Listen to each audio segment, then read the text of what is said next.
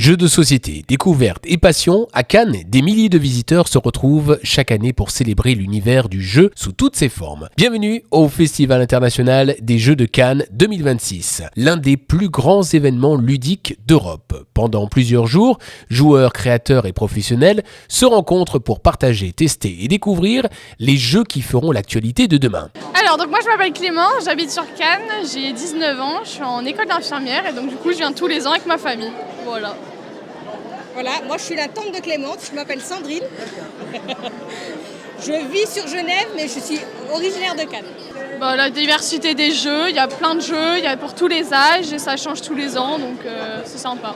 Alors moi je confirme qu'il y a de plus en plus de monde chaque année.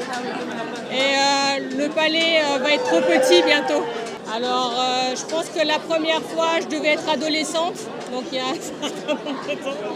Et tous les ans depuis 2016. Pareil à peu près, ouais. Bonjour, je m'appelle Hortense et je suis animatrice pour Days of Wonder sur le Festival de Cannes. Ça va faire bientôt 4 ans que je fais de l'animation de jeux de société. Et on présente cette année sur le festival Star Wars, la bataille de Hoth, ainsi que Hit et ses nouvelles extensions. C'est un jeu d'affrontement asymétrique où un clan va incarner l'Empire galactique et un clan va incarner la rébellion. Et l'objectif pour chaque camp est de mettre à mal l'autre camp en reproduisant en fait l'univers de la célèbre bataille de Hoth. Dans le jeu, il y a 17 scénarios qui permettent d'amener de reproduire plein de scènes du film différentes avec des objectifs différents qui changent à chaque fois. Ça s'adresse plutôt à des joueurs adultes, au moins à partir de 8-10 ans. Il y a pas mal de réflexions, il faut aimer réfléchir, programmer ses coups. Il y a un peu de hasard aussi, puisque c'est les dés qui vont déterminer si l'attaque fonctionne ou pas. Voilà, je le conseille vraiment pour les joueurs qui aiment les jeux d'affrontement et les jeux vraiment avec un mode duel. Ça se passe très bien, je suis ravie de revenir chaque année. On a plein de visiteurs qui sont en forme, qui viennent pour jouer, qui sont souriants aussi, donc c'est chouette pour tout le monde. Je m'appelle Hugo, je travaille à FM2J, c'est le Centre national de formation métier du jeu du jouet. Et du coup, on forme tous les professionnels qui utilisent le jeu dans leur métier.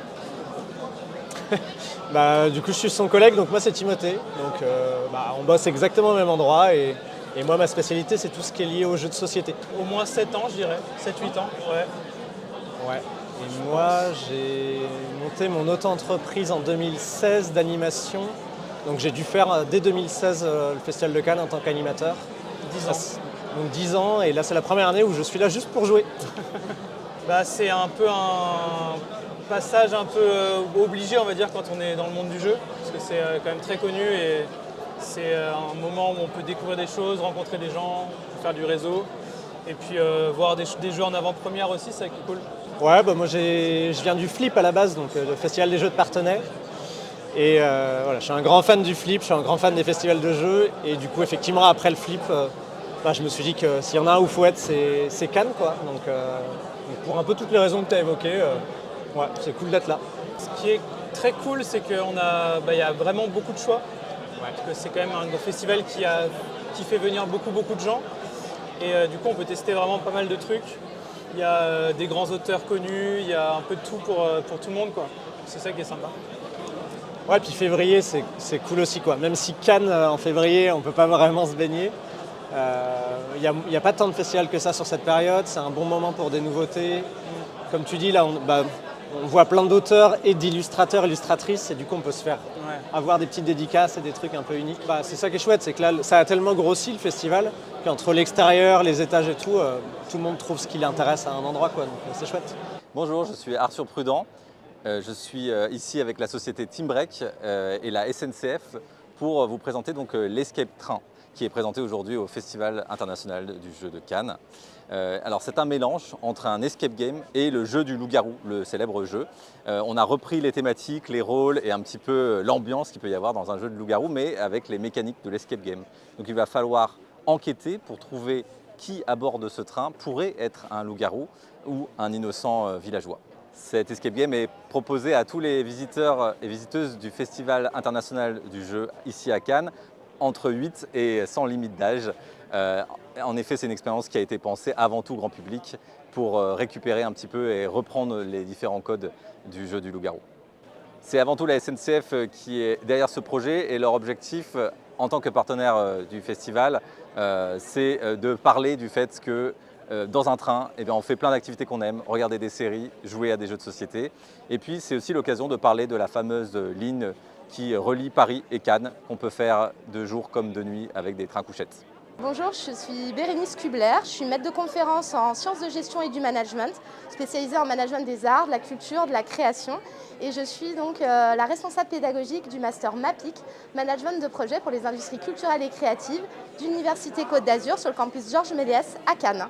Alors aujourd'hui, on est présent sur le centre d'Université Côte d'Azur pour présenter les 6 jeux analogiques, donc jeux de société, jeux de plateau, jeux de cartes, qui ont été créés par les étudiants du master MAPIC, donc de M1 et de M2, afin qu'ils puissent être présentés du coup au public. On a également aussi le pendant du coup vidéo ludique, donc du coup avec les jeux vidéo, donc 4 jeux vidéo du master magique, donc management, jeux vidéo, images et créativité. Université Côte d'Azur avec le master MAPIC et le master magique est présent sur le FIGE depuis au moins une dizaine d'années. Alors c'est une expérience extraordinaire pour nos étudiants, ça permet de confronter du coup leur création à du grand public, mais également à un public de professionnels. C'est aussi une occasion pour eux, notamment pour les MAPI qui sont en management de projet, de comprendre comment est-ce qu'on organise un stand, comment est-ce qu'on accueille les personnes sur ce stand. Et derrière, ça permet de voir finalement une autre facette que simplement concevoir le projet. Il faut savoir aussi le piloter, donc le conduire. Alors on accueille vraiment le tout public. Nous, notre objectif, c'est que les jeux soient universels. Le jeu, et c'est quelque chose qui est très important dans notre formation, c'est un objet frontière, c'est un objet transverse qui permet vraiment à toute personne du coup, de pouvoir se rencontrer, échanger, se challenger et du coup apprendre les uns et les autres ensemble. Du coup, moi je m'appelle Noéline et je fais partie de l'équipe de création du jeu Matchimatit. Et moi je m'appelle Clara et je fais partie du jeu Tolkien Seek. Alors moi c'est une map où en fait on joue par binôme, donc il y en a un qui va chercher sur la map un objet et l'autre va essayer de lui décrire avec un mot interdit, donc on joue sur le côté visuel, le côté mémoire aussi parce qu'il va devoir retenir l'objet. Et pour moi du coup c'est un jeu de rapidité où le but ça va être du coup d'assembler des formes en équipe pour recréer une forme modèle. Donc ce qui est pratique c'est qu'on a une mécanique simple qu'on a pu varier en 6 modes de jeu pour que ça puisse parler à tout le monde. Pour moi, c'est la première année. C'est la première fois aussi. Ouais. C'est la première année. C'est plutôt impressionnant. Là, on a fait plus d'une dizaine de tables en quelques heures. C'est assez sportif aussi. C'est juste le début en plus parce qu'on a encore 2 jours qui vont arriver là. Nous, c'est plus adapté quand même pour plus de 10 ans parce qu'il faut avoir un certain vocabulaire pour essayer de décrire les objets. Mais après, sinon, c'est vraiment tout public. Nous, pareil, c'est un tout public. Plus adapté à partir de 8 ans pour faire les règles classiques, mais du coup, on a également des variantes qui permettent aux plus jeunes de pouvoir s'approprier le jeu. C'est très grand, très vaste, il y a beaucoup d'opportunités et beaucoup de jeux. C'est un peu dommage qu'on ne puisse pas tout tester. Et puis, Ouais, c'est hyper impressionnant. Je pense que si on voulait vraiment prendre le temps de voir tous les stands, il faudrait au moins une semaine. Ouais. Et c'est une super opportunité qu'on a avec l'université de pouvoir présenter nos jeux à des publics aussi variés et passionnés surtout.